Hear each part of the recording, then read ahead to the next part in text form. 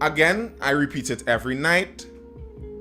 I repeat it every night for those on the Instagram live and for those on the TikTok live. If you missed anything, if you'd like to know what we spoke about in the live in the previous night or anything like that, the lives are generally speaking recorded on my YouTube channel, Nathan Springer over on YouTube. You can go there and you'd have pretty much every night of the lives you'd have there for you waiting if you'd like to see it. And now all of your chats would be forever memorialized also inside of those recorded lives too. So what are you saying here can be used against you in the future. It's recorded. All right. So we're up and running. Let's see what the news has for us today. What's the stories of the day? What are the stories that we're going with today? Several interesting things came up, and today I am trying my best. Blessed night, Sea Sky Nature over on YouTube. Good night to my moderator finally entering the chat there on TikTok. You know, these moderators are always so late while I'm on time, of course. Tonight, we're going to try our best to stay away from some of the COVID news. I think a lot of people are having a bit of brain fry with the amount of COVID news we're hearing. We don't need much more. We know a lot of what is going on. I'm not sure how much more people can take. Blessed night, Sea Sky Nature is out here streaming on multiple platforms too. Watching me over on the YouTube and taking in here on the TikTok. Too nice. All right. So, the police have been offering some rewards. The police have been offering some rewards for various things that happened during, especially the last month. They've been offering some rewards, hoping that some people would come forward with this information. And if they come forward with this information, then they'll be able to solve some of these cases. So that's what the police is aiming at right now. But the unfortunate thing seems to be that no one is taking many of these rewards seriously. No one seems to care for the rewards. 1 month later, no one enticed by 0.5 million reward.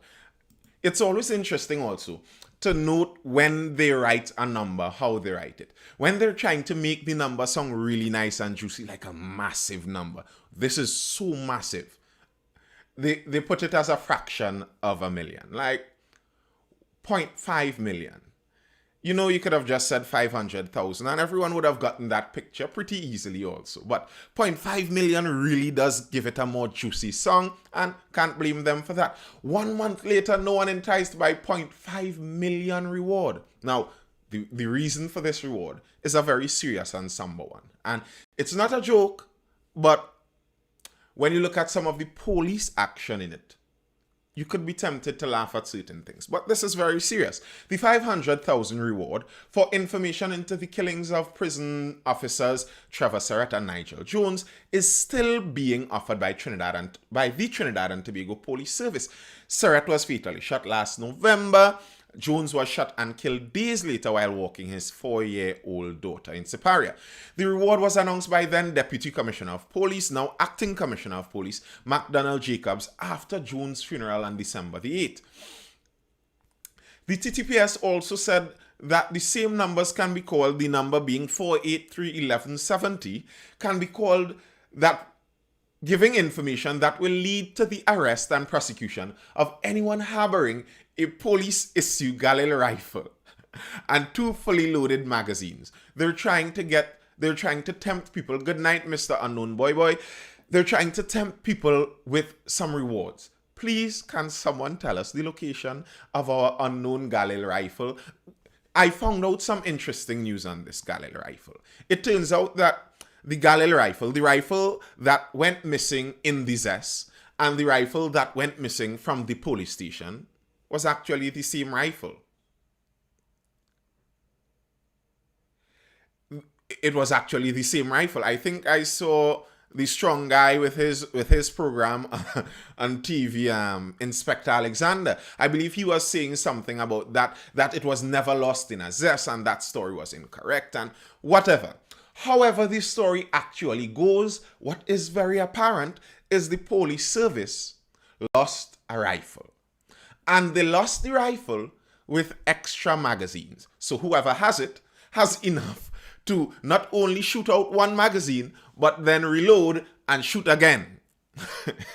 And they're offering some rewards trying to get back this gun. They're offering 100,000. A 100,000 reward was offered in relation to this on Wednesday. In a post on Twitter on Thursday, the TTPS said the information provided to the police will be thoroughly investigated. It was also stated that only if the information supplied leads to the successful arrest and prosecution of the perpetrator or perpetrators of the crime will the reward be disbursed to the informant. So, you're risking yourself out here. And what they want, they don't just want you to tell them, hey, officers, we heard that the gun buried in the bush behind so and so and so, and you get your 100,000. No. That's not what they're saying. That's not what they want. You aren't getting any money like that. What you need to do, what they want you to do, is tell them who took it. And not only do you have to tell them who took it, it must lead to the successful arrest and prosecution. So that's a lot of information you have to give there. So when you're talking about that, you have to understand that you have to pay for what you want. We're talking about this in a more business mind here. You have to pay for what you want. If you want good products, if you want good produce, if you want good anything, then you have to pay for it. We understand this. That's how the business world works. What you pay for is what you get. And what they're asking for isn't just the surface level information. They're not asking you to just tell them where the gun is. You have to get in depth. Give them a name, give them the address, tell them when he would be sleeping and around what time they could get in and where the spare key is under the mat at the side of the house and etc. They want full details. And for those full details, they're offering you $100,000. It added, the TTPS statement added, rewards are primarily used by law enforcement agencies as an incentive to get persons to come forward with information about crimes while investigations and operations continue simultaneously. They are not meant to enrich criminals or fund further criminal activities. Now, personally, with the current state of the justice system in Trinidad and Tobago, this may never happen. I don't have much faith in it. But they're saying that this isn't meant to fund criminals. But if you're offering a reward for someone who has enough information that can lead you to arresting and successfully prosecuting someone who stole that gun, I would surmise, I would postulate, I might even assume. Good night, Mr. Learn Chinese and Spanish over on YouTube. He said he was waiting since 9 p.m. for the live. The live went on last night. Just to be clear, it went on last night. You may have missed piece. All right. If I were to assume, I would say that anyone with that amount of information, anyone with that level of information, that could get you the arrest and successful prosecution of the person who stole a gun, it seems, according to the general information that is coming out so far. Someone who stole a gun from inside of a police station. Listen, if I know a person who is either connected enough, crazy enough, or slick enough to get a Galil rifle with 2 extra magazines outside of a police station, if I know someone like that, and I know them close enough to know that they're capable of such things, I don't think I'll be very enthused to share my knowledge about them. Not for $100,000. Now, don't get me wrong, $100,000 is a fair amount of money, but in the grand scheme of things, the grand scheme of things is one of my favorite little phrases to use. In the grand scheme of things, $100,000 is very little. I will be able to buy one aqua. I buy one aqua for my wife and maybe scraping a B14 used for myself, and the 100,000 is done.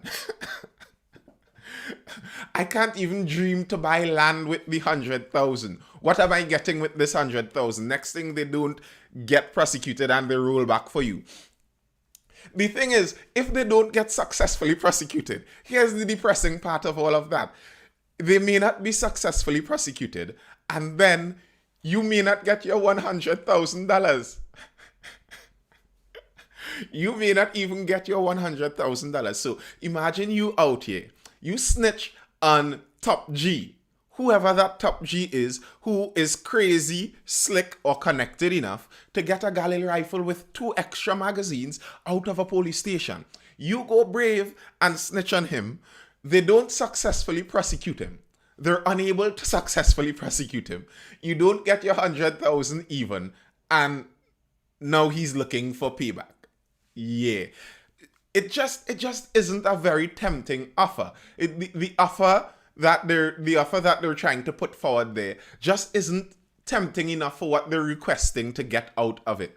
Now, there was someone, I am not sure if the video is lagging. It is possible. I'm not sure.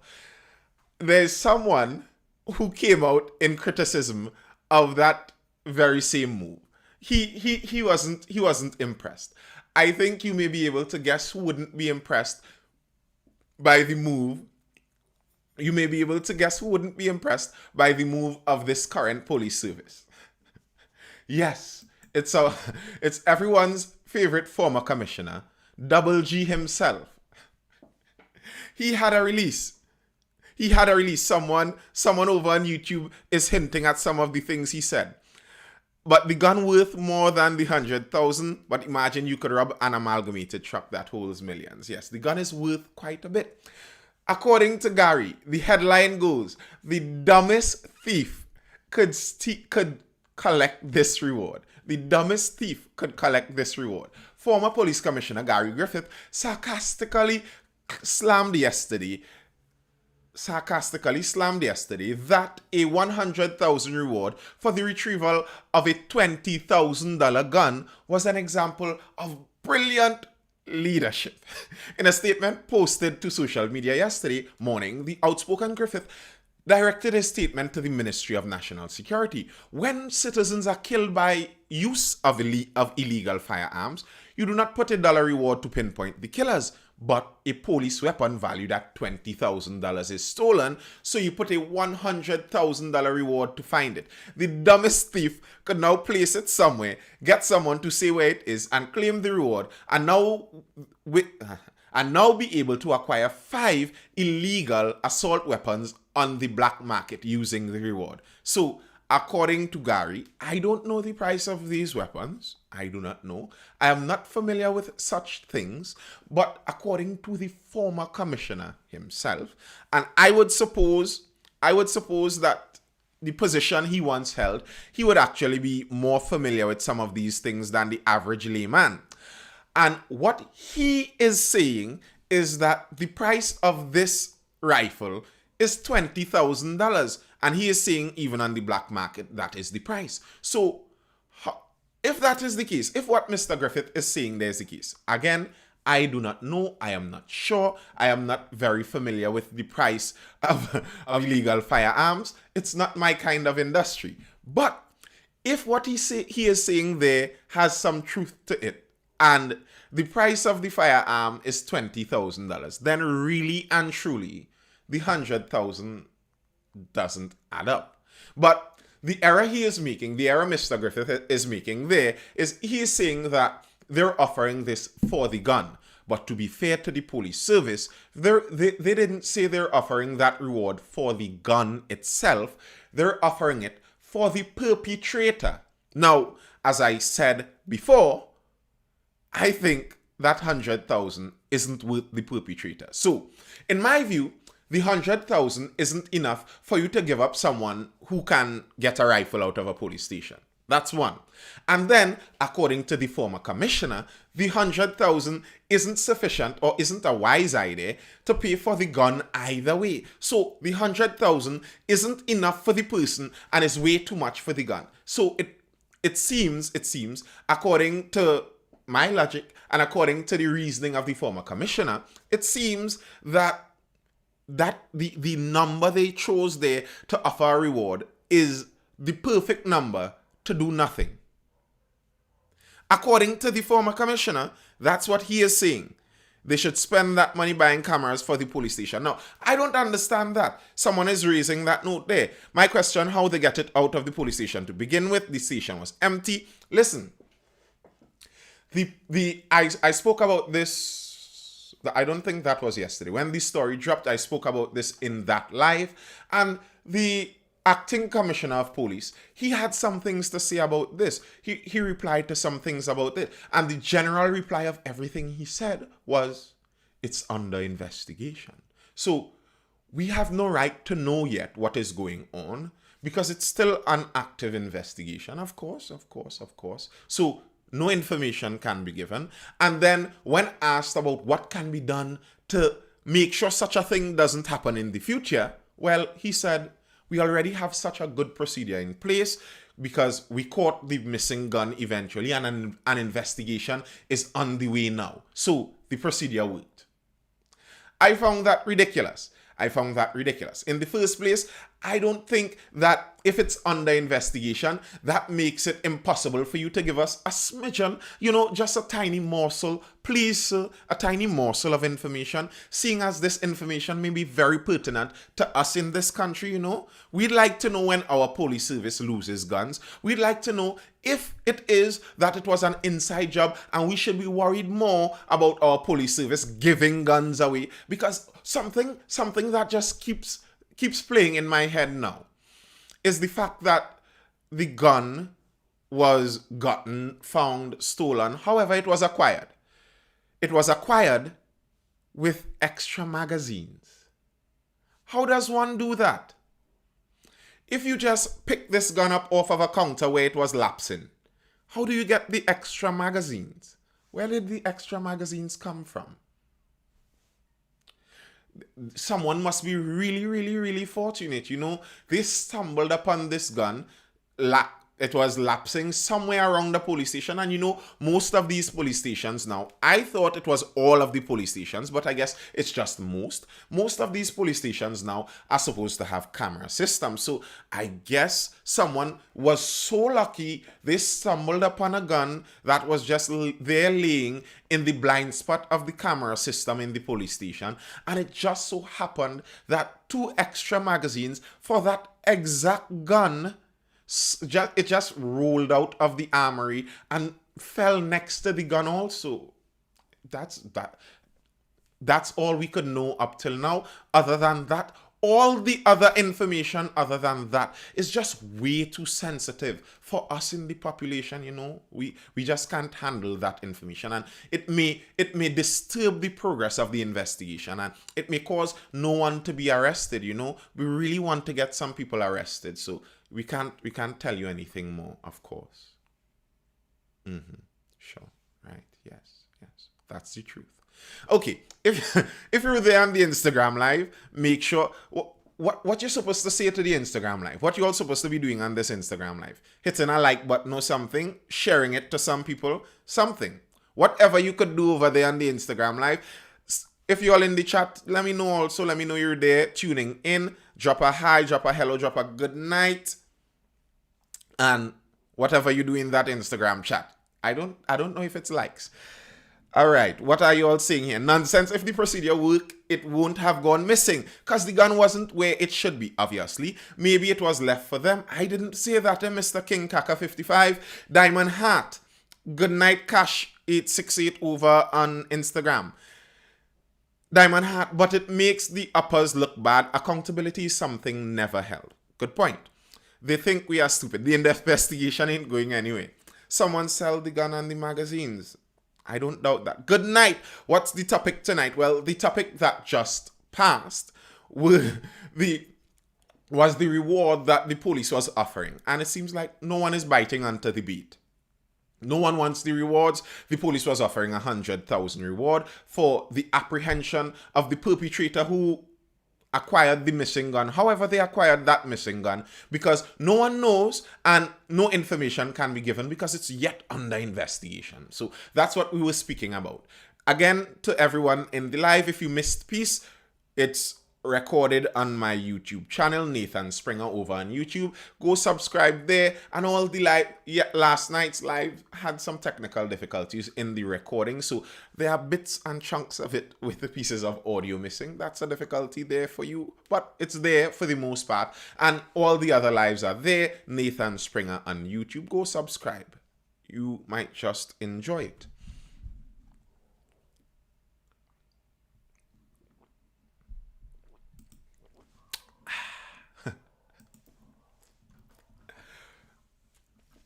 And sticking with the police service, there's more now. You man, love your videos, really good, you bring to the table. Thank you very much, Gunwick. What is your take on the party boats and COVID laws? Ooh, you're getting to some of that. Keeping with the police, Jacob slams irresponsible limers for police COVID deaths. This new police commissioner, he's warming up to the position. He is starting Tuesday on El Socorro. The guy walked up to a vehicle and killed the guy in broad daylight. Yes, I read and saw pieces of that. That was brutal. The new commissioner is warming to his portfolio. He's warming to his job. You know, he's starting to get some things going and speak a little more seriously about matters. We're starting to see his personality shine through. And this is what he's talking about. Jacob slams irresponsible limers for police COVID deaths. As the police service mourns 2 more policemen who died from COVID-19, Acting Police Commissioner McDonald Jacob has chided certain people for their irresponsible behavior, which he says is directly responsible for infections and deaths among his officers. The official police Facebook page reported that PCs Shelford Kinsale and Syed Ali died from COVID-19 1 day apart on Tuesday and Wednesday respectively. A total of 29 police officers had died from COVID-19 up to Thursday afternoon. I'm not sure if they counted in another person, because I think I saw there was a 3rd police officer who unfortunately passed from this virus. Speaking with Newsday, Jacob slammed partygoers for flouting the public health regulations and called on the media to do more to highlight those responsible for organizing such events. My officers are dying as a result of the people who are choosing to go and organize all these little parties. I find the news media need to be a little tougher on people in the society who are organizing these things. So when you hear our people are down, it's because we always have to go into action because of bad things people are doing in the society. Our officers are down because they constantly have to go into action for people who are doing things to violate the regulations. So, someone asked if I'm using Flow. No, I am not using Flow. Someone over on YouTube asked that. I'm not. Digicel is my internet. Whether that's a positive advertisement or a negative one, you determine for yourself. What the acting police commissioner is saying now, though, is that the reason officers are dying from COVID is because they have to go break up these illegal events. There are illegal events happening all around the country. And when these illegal little parties happen and the police have to go there and break up these events, that's where these police officers keep getting COVID from. And when they get COVID, they die. Listen, I understand what he's saying. I understand the point he's saying. And I agree. Very likely, police officers may be in a position where they may be exposed to certain realities around the virus more than the average citizen. Agreed. But I think there's something else there. I think there might be something else there. The death rate among the police seem really, really high. And Now, here's the balance to this. Here's the balance to this. I am not pro-mandate. This is well known for most people who have joined the live before. I am not pro-mandate, generally speaking, but we know, because it was stated on national news, that the vaccination rate in our police service is below half. And it was said either by the police commissioner himself or the Minister of National Security. They quoted the number. I don't have it up in front of me, but they quoted the number and they said how many of the police officers who died were unvaccinated.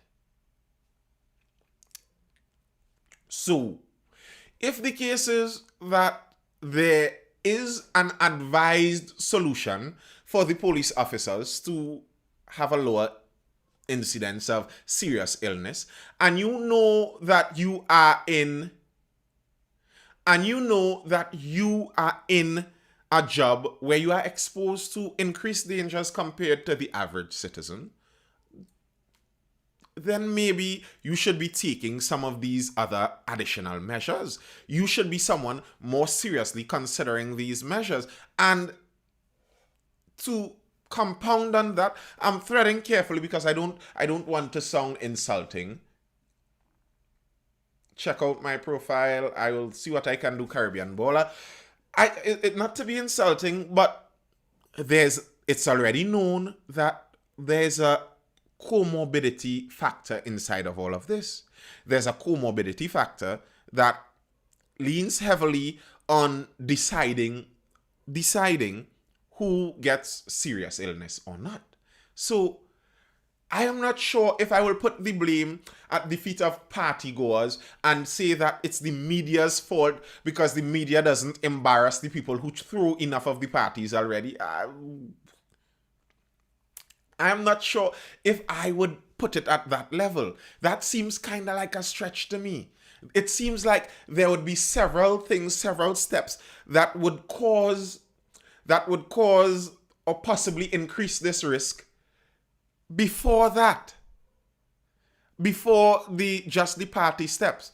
And I would like to know, if it's possible to know, if it is assured that all these officers who got COVID and eventually, unfortunately, passed, if it can be proven that they got it from some event they went to break up, were all these officers on that kind of duty in the first place? Can the commissioner really legitimately say that?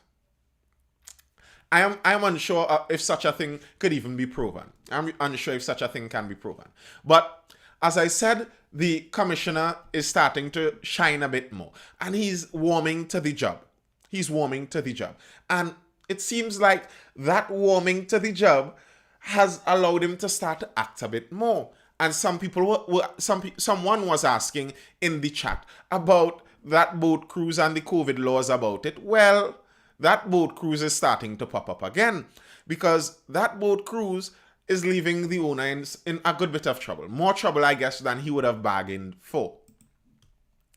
Now, his home was searched. His home was raided and searched. Schoon's home searched. 2 homes in Maraval, which are occupied by businessman Adrian Schoon, were searched yesterday by officers of the Western Division. Schoon is the son of a government minister, and he's the part owner of the boat that, if anyone doesn't yet know, a boat that was wearing the suit of a floating restaurant, was reputed to have a floating dinner out on Boxing Day. They had a floating dinner and they advertised it as such that they were going to have a floating dinner. That was their intention. This is a floating dinner. And nonetheless, the police didn't believe the different suit that the boat was wearing. The police saw it as a boat party. And according to our COVID restrictions, you cannot hold such a boat party. At least not right now. So because of that, his boat party was raided by his floating dinner was raided by the police, and bacchanal ensued from there, because according to the businessman, he got consultation from the Attorney General. The Attorney General denied that, and it's in bacchanal. Shortly after midday yesterday, officers arrived at Scoon's residence at the Larive Townhouse complex in Maraval, where they executed a search warrant in Scoon's presence. His attorney, led by Kiel Taklal Singh, visited the home while over a dozen officers searched the home, police said. The officers were searching for a special liquor license which Scoon obtained to hold the event on the Ocean Pelican while it was docked at Chaguaramas. Now, this bit of it. Now, I know some people in the chat are kind of even excited about the idea of seeing someone in this position finally get their comeuppance. You know, he isn't above the law. He has to pay for what he has done. If it's illegal, he has to pay. And okay, I understand that and I agree. But I am wondering if all the steps that are being taken are really in line with something that can be proven in a court of law. They raided his home, and what they said they were looking for during that raid, what they said, this is what the police in their warrant, what they signed an affidavit to say that they were going to look for in that home. They were looking for this document that registered him as having a liquor license. But that is strange. That seems like an odd thing, because according to Scoon's lawyers and according to Scoon himself, he does not have that document anymore. He no longer even possesses that special liquor's license. And I could nearly vouch for that, because I read several articles before where the comptroller of the Customs and Excise Division had demanded him return that liquor license. So if the case is that it was already public knowledge that that license was demanded to be returned to the customs authorities, then how could they raid his home with a warrant saying they were looking for that liquor license? Does that really add up? Not to me. There seems to be something slipping there. And his lawyer had something to say about that after the raid also. Scoon's attorney, police raid unnecessary, abuse of power. Businessman and party promoter Adrian Scoon's position is that his brief detention and a search of his Maraval home on Wednesday were completely unnecessary, disproportionate, and an abuse of power. The police were searching for evidence that Scoon or his company breached public health regulations by operating a party boat contrary to regulations. We know that already. They were looking for the special license of his Ocean Pelican restaurant, company records, and other documents, it was reported on Thursday. Scoon's attorney, Mr. Taklal Singh, said there was no need to execute a search warrant for the documents that were already in the state's possession. He said his client had agreed to return the original license, which was deemed null and void by the comptroller of the Customs and Excise Division, while keeping a copy since the matter was destined for the court. He questioned why the police would swear an affidavit to get a warrant to enter his client's premises to detain him and search for the license when they could have simply requested it from them or from the comptroller. And to me, as far as I could see it, that's a fair enough question and a fair enough request. Why did you see the need to raid my home, to keep me detained for something that if you requested it, I could have told you where to find it, and it's not even in my possession anymore? It could lend credence to the idea that, are you searching for something else? Is this a media ploy? If said documents was handed over to customs, why wasn't it disclosed or produced at the scene? Because it was handed over to customs. They cannot show it at the scene if customs has it. And his lawyer is the one speaking here. His lawyer is saying that they told them they handed it already over to the comptroller of customs. So when they came with this warrant and we read the warrant and we're seeing on this warrant that you want paper X. And I'm like, but wait, Didn't I already give paper X to the state? You can't now tell me why am I not producing paper X, because I gave it up already. It is absolutely ridiculous, Taklal Singh said. Newsday was told among the items that the police took was a laptop belonging to Schoon.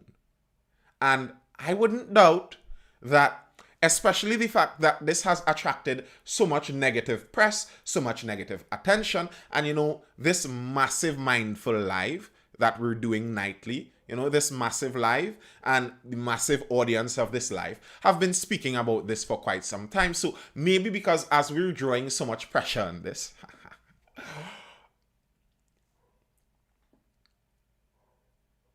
no. The police was not on the boat. This isn't what we're speaking about here. We're speaking about the raid on his home, the warrant for the raid on his home. That's what we're speaking about, not the boat. We covered a lot of what went on the boat before. But with all the attention that this is raising and attracting, I wouldn't doubt that some of this is now forcing the police into some action that who knows if they were intending to do it in the first place, but now they may be trying to build a more solid case around the entire thing.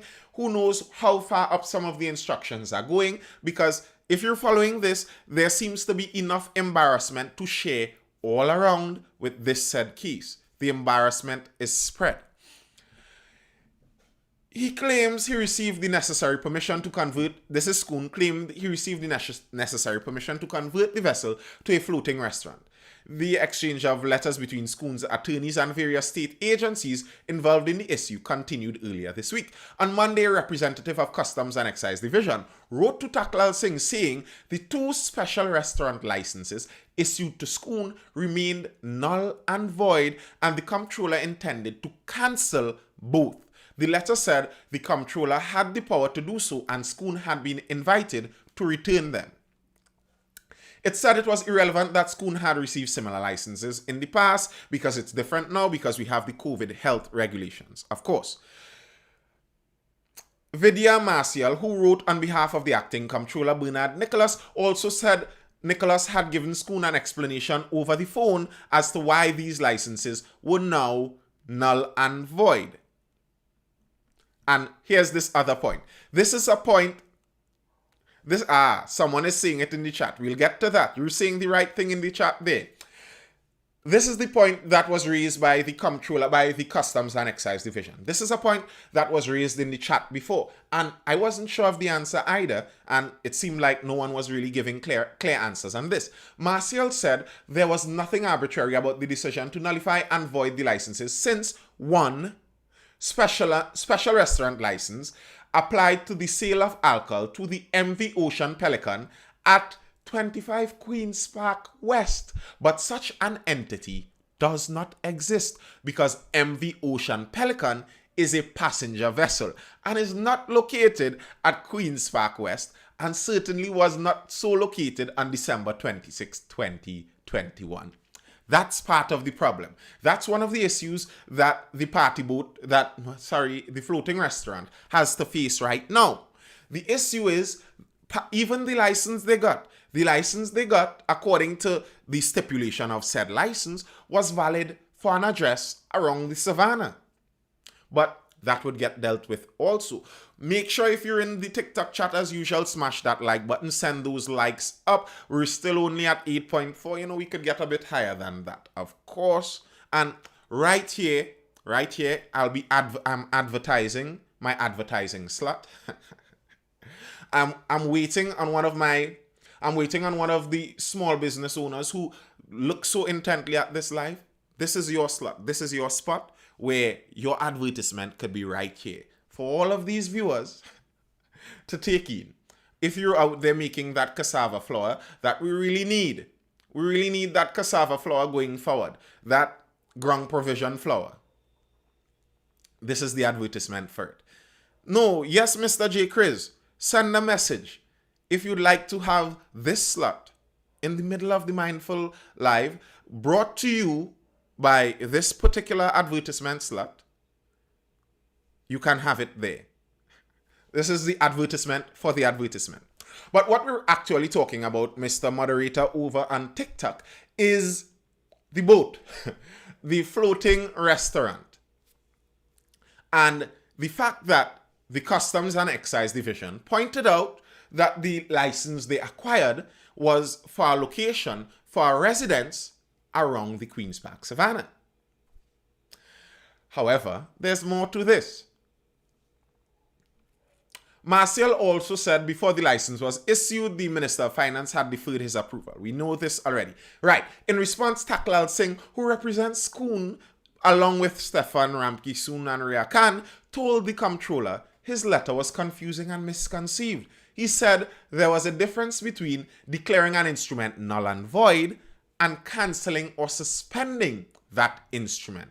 And if you looked at the quote there, if you looked at the quote further up there, they said that they both, right, finding it back, it remained null and void and they intended to cancel it. You can't do both of those. If something is null and void, then there shouldn't be a reason to cancel it. And that's the point that Skoon's attorney is making here. He said there was a difference between declaring an instrument null and void and cancelling or suspending that instrument. And now there's great importance as to the difference of that. That difference there bears some great importance. We, however, note your new assertion that the comptroller intends to cancel the document, which we consider to be an admission that the license was validly granted and therefore any actions done pursuant to that license were and continue to be valid up until the time of cancellation. Lots of attention on the boat ride. The issues nepotism. They just got caught like Chandler. Well, obviously, the issue is obviously that. That's why it is making news. If this was just some random person, it very likely wouldn't have made the amount of news it is making now. And now, I think on this, part of the issue, and this was a point I rose in another live. Yes, I think the law should be able to manage the entertainment industry better, especially considering that Trinidad is a country filled with so much aspects of entertainment and industry and such. Right, but I don't think it's singularly the nepotism. I think it's a combination. So there was the nepotism that allowed it possibly, let me not say this as a sure thing, there was the possibility of nepotism that may have allowed this to happen in the first place, but then there was the throwing under the bus. Everyone subsequently basically trying to throw each other under the bus so no one looks bad at the end of this. And in so doing, they may have made it seem like Mr. Skoon did much worse than he actually did. While what he did was he followed through with some of the advice he got from some of the people he knew and some of the people who moved in his same circle. Yes, it may have been nepotism, but as far as he was concerned, he may not have seen that he was doing something wrong. And in such a case, if when the filth hits the fan and it starts spraying around to everyone, you're trying to say that it's only him, I understand now why he hired an opposition lawyer to make sure he's going to fight fire with fire. It seems like the nepotism is done. They're not interested in the nepotism anymore. They're interested in making sure that when the dust clears, I remain standing with no big fine against me or no jail time. That seems to be where this is kind of positioned now. All right. And the lawyer went on to say, we thank you for your admission in that regard. You see, what he's saying there is if you're admitting that you're now cancelling the license, you're now cancelling that license, that means on the 26th of December, it wasn't yet cancelled. So all events done on the 26th of December would have been within the remit of the law. I had a license to do this. And as far as the customs authority is saying, by saying they are now cancelling it, that means that license was valid. Taklal Singh also said in the conversation between Skoon and Nicholas on December 30th, his client was told for all intents and purposes it appears to have been properly issued. He also said his client was only aware of the memorandum and the recall of the license from the finance minister when the finance minister issued a press release about it. So what he is saying is he never knew that this license was supposed to be invalid. He was functioning on the knowledge in the moment that all of his stipulated licenses, all of his permissions had been granted according to the law.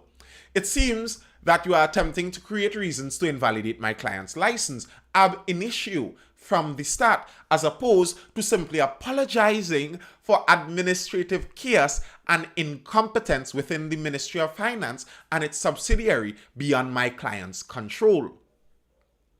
Your new reason for cancelling my client's license is yet another error of law and or misdirection in law. The license issued to my client, which can easily be seen from the face of the client, was issued on his personal name, as is customary with licenses of this nature. Now, here's the reason for that. Taklal Singh said the location at Queen's Park West was not the intended place of business, but as the license clearly listed, was the address of the licensee. So they're saying that address that we saw, that address that we saw around the Queen's Park Savannah, nothing was wrong with that. There wasn't an error or this isn't showing that clear wrongdoing happened here. No, that was just the address of the licensee. So that isn't an error. He said the license also specifically said it was granted for a vessel named the MV Ocean Pelican. It would be frankly absurd, he told the comptroller, that he or the minister thought the vessel would be sailing or anchored in Queen's Park West. It should be noted that all previous licenses were granted in those terms, and there should be no confusion that the license was meant for a vessel on the ocean. So, here's what is going on here. Let me break that down in case all of the reading went over some people.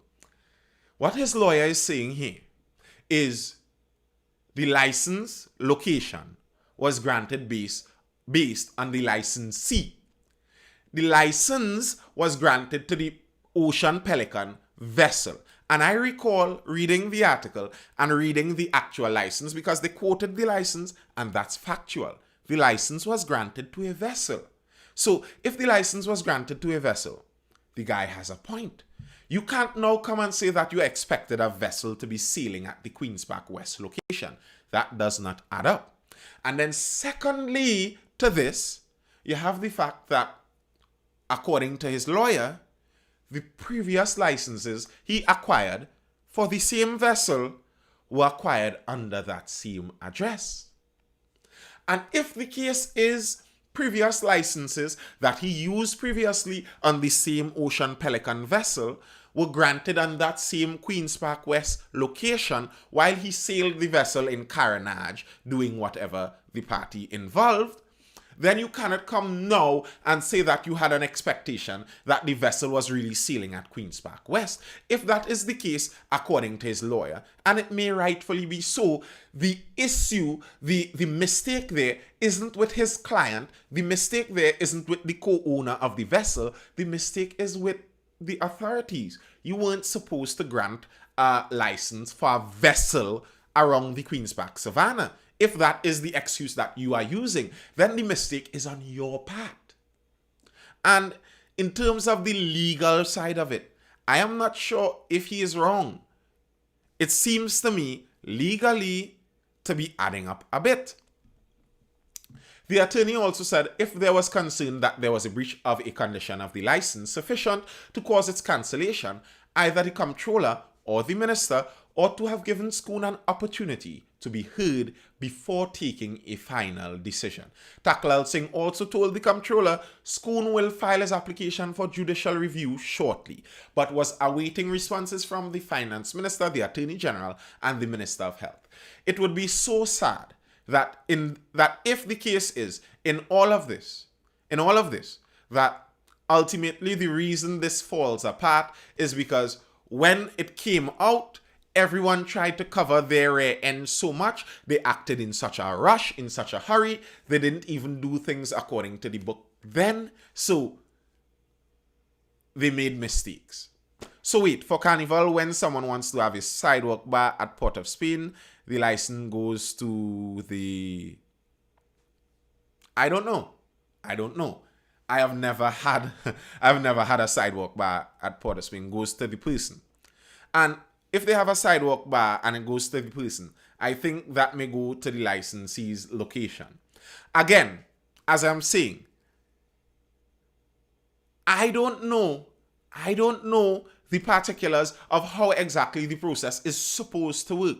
But if the case is that previous licenses were granted under these same rules, then it can't be said that the mistake is only here. You have to say that we have procedural mistakes in the entire institution of the customs service, and how they are granting licenses in the first place needs to be overhauled.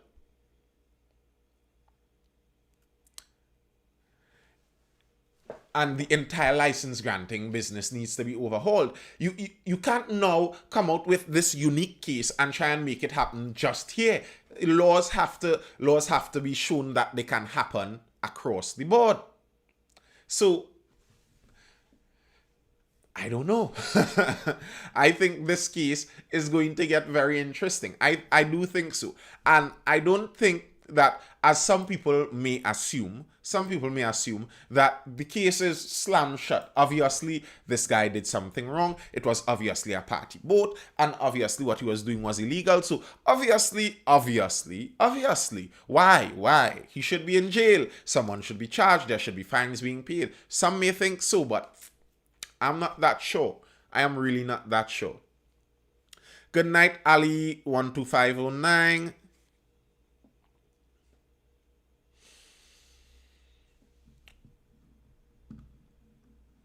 I'm late, says Empress Rooney. Yes, you are late, but don't worry, all that you have missed, again, join on YouTube.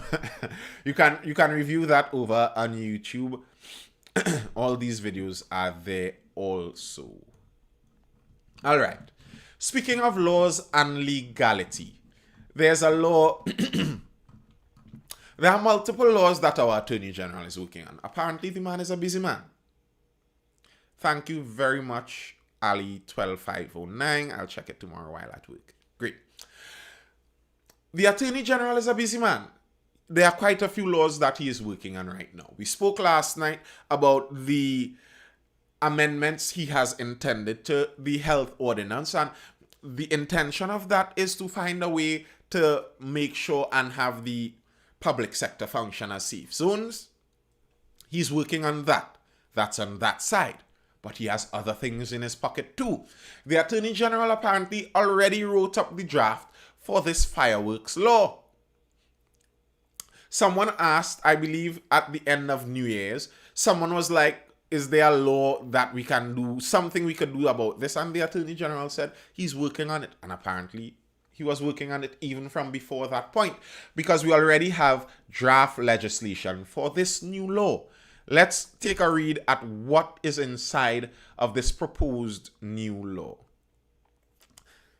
Chiny Dougla, you're late. Porting. How you as a moderator now dropping in? You come in for the night shift.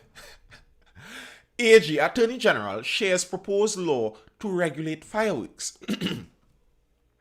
People wishing to discharge fireworks will only be allowed to do so on public holidays and New Year's night, but would otherwise require a police permit to do so. This is if Attorney General Faris Al-Rawi is able to pass the Summary Offences Amendment Bill 2021 in Parliament. Al-Rawi sent a copy of the 15-page bill to media houses on Wednesday with a statement promising public consultations on fireworks. An explanatory note said the bill provides for a permit system to use fireworks, requires certain entities to be notified about their intended use, allows the use of fireworks on specified days without a permit, restricts their use by individuals, restricts it in specified areas, and provides for a fixed penalty notice for an offense. The bill defines a firework and this is one of the important things, we have to first know for sure how does it it's only allowed on holidays, Shani will overdo it. How does it define these fireworks? That's the first step. The first step is defining these fireworks. How do we define it? The bill defines a firework as a device other than a distress signal or a toy firework consisting of a case or contrivance forming a squib, gerb, cracker, serpent, mortar shell, lance, wheel, colored fire, Roman candle, or other articles specially designed or adapted for the production of a pyrotechnic effect or sound effect. Good night, Nathan. Can you give your perspective on the 5G? I'm not sure which perspective that is. On fast internet? On if it would have an effect on our lives? I am unsure of that. I have yet to see anything that seems really solid on that topic. The proposed legislation says a person shall not discharge any fireworks unless he holds a valid permit issued by the Commissioner of Police.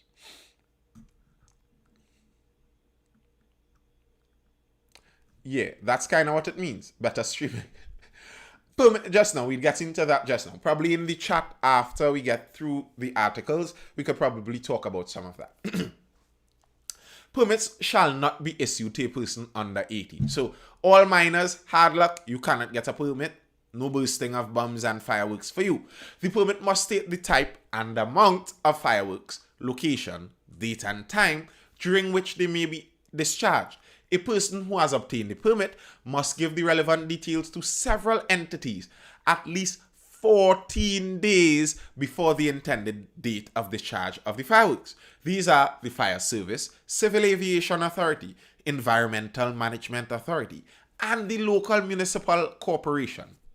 A person is not required to obtain a permit for the discharge of fireworks on A, a public holiday, or B, the 31st of December. Yes, all that.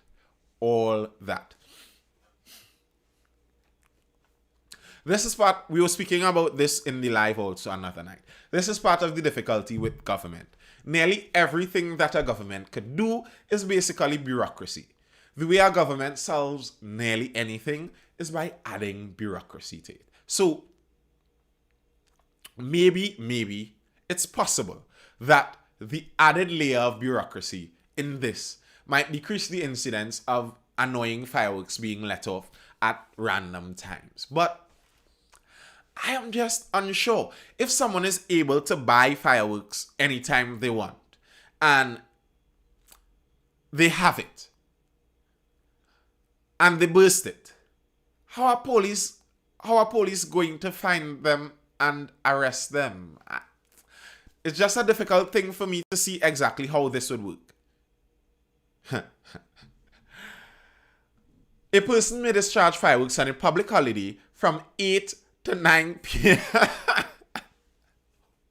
Wait, what? A person may discharge fireworks on a public holiday from 8 to 9 p.m. You have 1 hour between 8 to 9 p.m. on the public holidays to discharge fireworks. And on December 31st, from 11:30 p.m. to 1 a.m. the next day. So you have from half an hour before midnight till 1 hour after midnight. And then you have to wrap it up. So Diwali. But you have to make sure you and all the brethren that you want to burst bomb with, you all assemble by 7:30. Plan all the bombs you're going to burst, and for that 8 to 9 hour, you let them have it, and after 9, you end. Pow!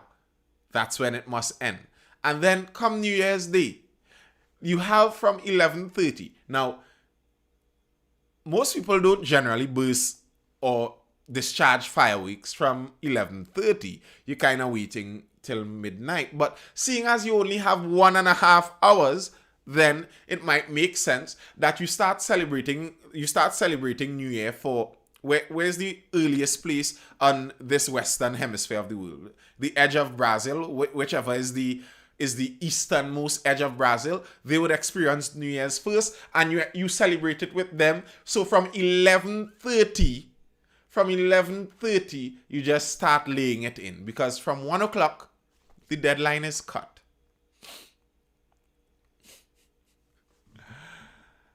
Wow. A person may discharge fireworks on any land belonging to him or on any other privately owned land where the written permission of the owner of said land has been first obtained. If you come to burst bombs on other people's land, you have to make sure you get written permission. So bamboo bursting is covered in this law. You know, as I read at least the snippet of the law, I didn't read through the entirety of the law. I didn't. But the snippet of the law does not cover bamboo. It really doesn't. So I don't know how that would work.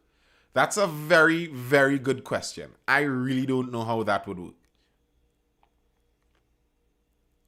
Yes, it is conflicting with the EMA noise pollution, but I guess as they write the law, they would write in stipulations and exemptions for such, etc. A child can only use fireworks under the supervision of a parent or guardian. Al-Rawi said the fireworks laws in most Caribbean countries were archaic and of little guidance for Trinidad and Tobago. He noted a range of regulations in foreign jurisdictions. In England, there was a classification system, with the police empowered to impose on-the-spot fines for misuse. New Zealand allows sales only from November 2nd to 5th, but allows unlimited use of fireworks sold. You know, I actually don't mind that idea.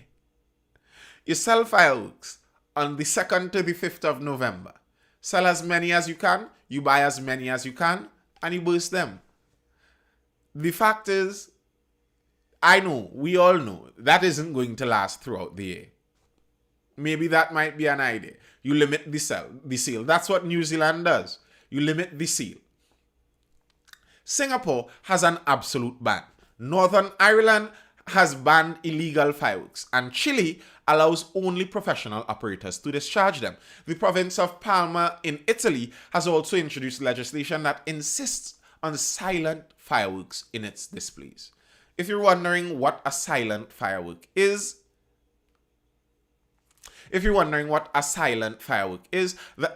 it isn't anything new. We always had, well, not always, but for quite some time we have had silent fireworks. Silent fireworks, they aren't actually silent. They're the ones that generally don't have the explosion for the firework. So those that just fizz up into the air and kind of just maybe crackle on the way out, or they fizz up into the air and you see little tiny shining stuff just kind of speeding in all kind of different directions, or those that just kind of spray stuff into the air without any great noise. You don't generally hear the bang of the fireworks, that loud explosion when it shoots up into the air and then explodes. You don't generally hear that. It's more the fizzle one. So it isn't as alluring a sight as regular fireworks. So that's what silent fireworks are. There's legislation all around the world for how they do it different. Thought the tree coming down today. That's a good point. I was going to take down the tree today. Then it dawned on me that I had the dates wrong. Christmas does end on the 6th of January, but today is still the 6th. So the tree is still up. It's going to come down, though. I will miss it when it comes down. It's such a lovely tree. And it allowed me to still say contemplating under a tree while being inside. I have to get another tree for around the year. I have to get another tree for around the year. Some other kind of tree has to fulfill that spot for the rest of the year. All right. The last article, what's the kind of time we're running now? All right, let's go through the last story, the last group of stories. The last thing we're talking about is inflation. And the reason we're talking about inflation is because there are some interesting things down to the end there. I wonder what's Chan What strain of tree you play? You're getting into interesting conversations. There, a screenshot of your tree is what I use for Christmas. All right. Nestle has announced they're increasing prices. Nestle price increase. Nestle, the world's largest food group, will be biting into the pockets of local consumers, announcing a price increase in selected products. Prior to releasing an official statement, a document outlining the proposed markup of items, including Carnation evaporated milk, Maggi Season Up, Nescafe, and Nesquik, began circulating on social media. So, yeah. Nestle is increasing food prices. And that's important. According to the Supermarket Association, they're predicting that you're going to be paying more to eat. They're seeing that the food prices are going to be on the rise for quite some time now. And I've been saying this for a while. I don't think there's to assume that food prices are going to be lowering anytime soon is an assumption with an extra dose of hope. You're really hopeful to be assuming that. If you find food prices are high now, expect them to continue to rise over the next year as the country reels from imported food inflation. Already, we are paying higher prices for flour, breads, cakes, and even beer, and there is more to come this year. This from the president of the Supermarket Association of TNT, Rajiv Dipti, who noted that the cost of imported as well as locally manufactured will continue to increase. You see, and this article goes through a good bit of the specifics of what is causing the increase in prices. The specific increase in trying to get containers to come in. That's one of the main things. Shipping prices have gone through the roof. But the workaround for that is if it's local. If it's local, you don't need to ship it. But there's still a caveat on that. Even if you're getting something from local, if you're talking about produce, if you're talking about things planted, most farmers will know you do use quite a bit of fertilizers or pesticides or insecticides or something of the such. And if you're using that, there's a very high chance that has to be imported too. And those added costs in farming are also on the rise. So even if you're getting it from the local source only, very likely the price would still be going up because their input costs would also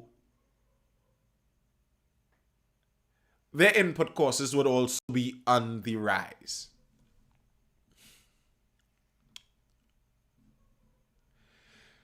All right. Now, this is the article that I wanted to get to. There are remedies being suggested. The new THA, this is from since a couple days ago, 2 days ago, THA Chief Secretary, Tobago will provide alternative flour. Thank you to Tobago. I appreciate that, Tobago.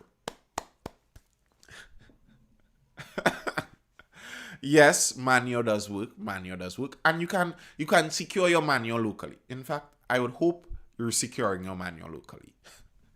I'm not sure how well you'd be shipping that stuff.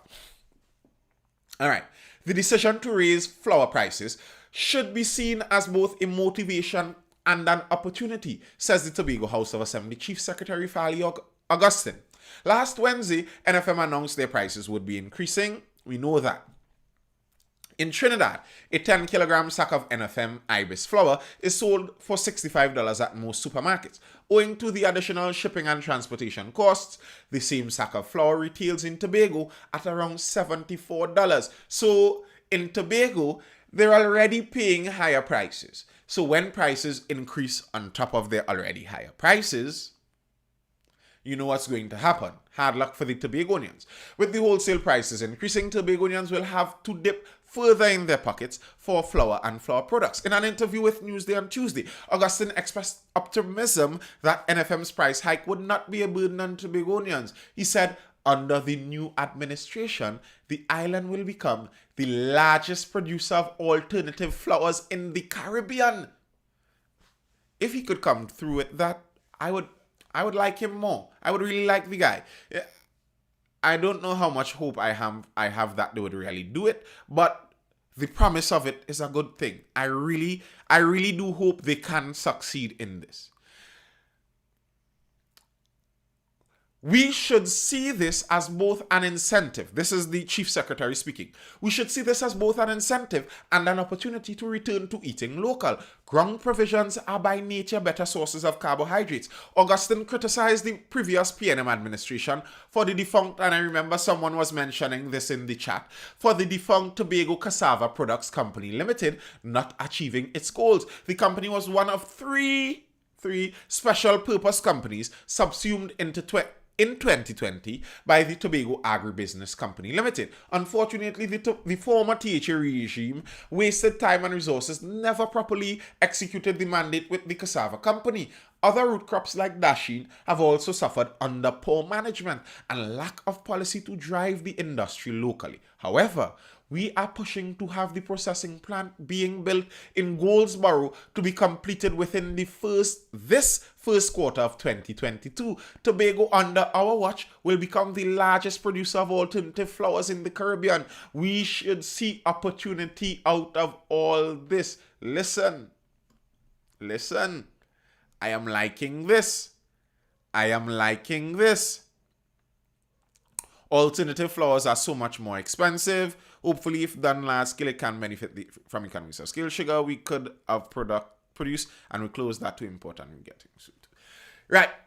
Someone was speaking about the price of the alternative flours. That is true, but that is partly because most alternative flours that you buy may be someone creating from a small amount. So in order for them to get the correct profit margins, they need to charge a large amount. But if what we're talking about in Tobago is a government-owned facility that they're looking to open now, I barely trust government facilities, and I don't have much hope for them running efficiently, but if it does, let's say in the event that this facility and this company gets up and running and is doing the mandate that it is put there to do, and it's doing it efficiently, then quite possibly we could theoretically see a drop in those alternative flour prices. And then we not only would there be the opportunity for us to have lower prices in the alternative flours, but there would also be an opportunity for local farmers to have a processing plant within their borders that they can sell to. If you ever have crop, you know somewhere that would nearly surely always want that excess crop. That's an opportunity right there. And if that market is opened, if that market is now open by this processing facility being created, and the market is open, and people now see that there are people willing to pay for it, then I would not be surprised if more and more private entrepreneurs enter such a market. Now, here's the hope for more and more people entering such a market. There's an article saying exactly how to do it out there in the Guardian. In yesterday's Guardian, woman encourages others to make flour at home.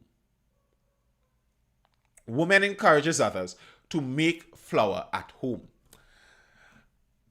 As many contemplate how the increase in flour prices will affect their bills for foods like doubles and roti, one woman, Natasha Lee, said she will not be affected because she has been making her own flour at home since 2014.